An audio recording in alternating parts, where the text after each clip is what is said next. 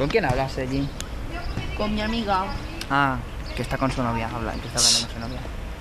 Bueno, Deu. 3 meses para que se ventile. Que no está claro si voy yo o va mi hermano en la habitación del viejo. ¿Está grafiteado Ya también por veremos. aquí? No Sí. jodas. Ya sabemos a suerte. O a lo mejor dejamos la habitación de la Está hablando con mi... Está hablando con su novia, que le está diciendo que mi abuelo ya le hemos metido en la residencia. Y dice mi madre que para que no haya peleas, al igual hace eso. Para que no haya peleas. Que digo que te has fijado que está también grafiteada, ¿no? ¿Por los dos lados? Claro, mírala, por la parte de adelante. Flipante. La del viejo muy súper. Está por los dos lados, efectivamente. Ah, por cierto, en el R1 he visto una putilla. Una de esas que Bueno, lleva la tapa suelta. Sí. Bueno, que no tiene tapa, vaya.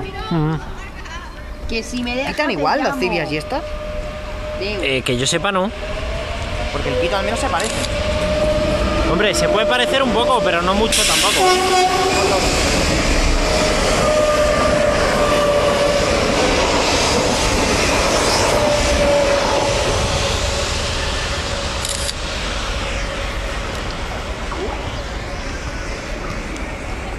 ¿Alguno más?